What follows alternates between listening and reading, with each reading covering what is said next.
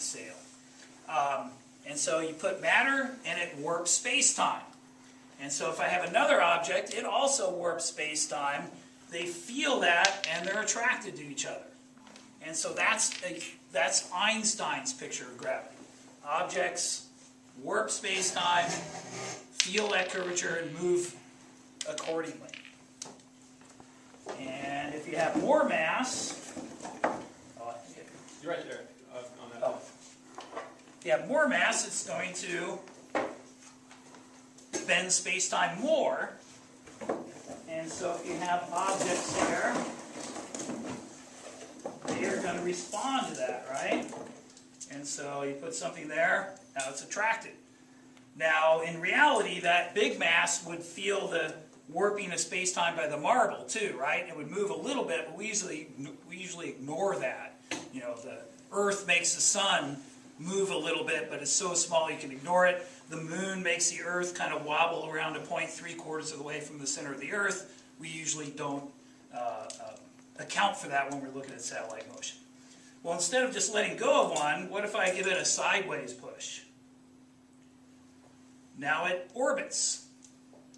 Now it's losing energy, which wouldn't happen in the solar system, right? Not noticeably. There's some perturbations from other planets and things, but this one does lose energy and spirals in. If I don't push it as hard, it will spread out a little when you throw it. It's because they're colliding with each other that you... The ones going the wrong way get eliminated, right? Now there also would have been, this is where this analogy breaks down. There's, another dimension, right?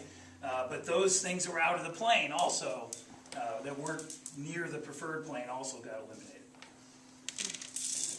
And so that's kind of cool. Now my students use a PHET simulation called My Solar System. And so they've seen all this on the computer.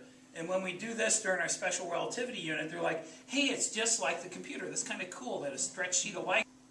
And so you can see that this seam, you can't buy Lycra this big. You get it in rolls and you have to sew it together. I've been told to use stretchy thread to sew it together. And so next time I do it, I'll do that because it pulls. And so just a little bit of thread fixes it. And so in the morning when I first set this up, I'll have it leaning against the table. I'll be underneath fixing holes from last year. One time my principal walked in. And, but one thing you can't do with those is put two masses in.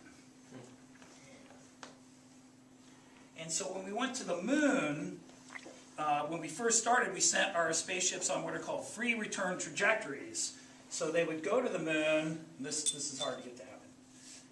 And they would come back in like a figure eight.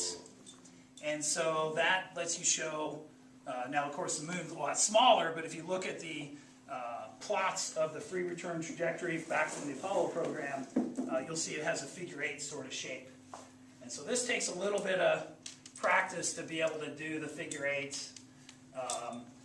These clamps around here, you can adjust it to make it tighter if it's not working. So Steve and I, when we set this up in the morning, we played around with it, and actually I think it was working better than it usually is.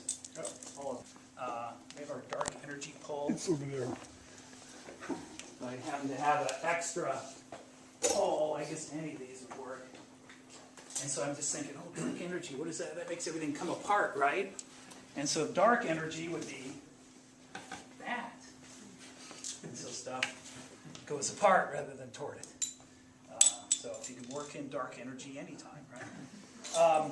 And so I go through that spiel.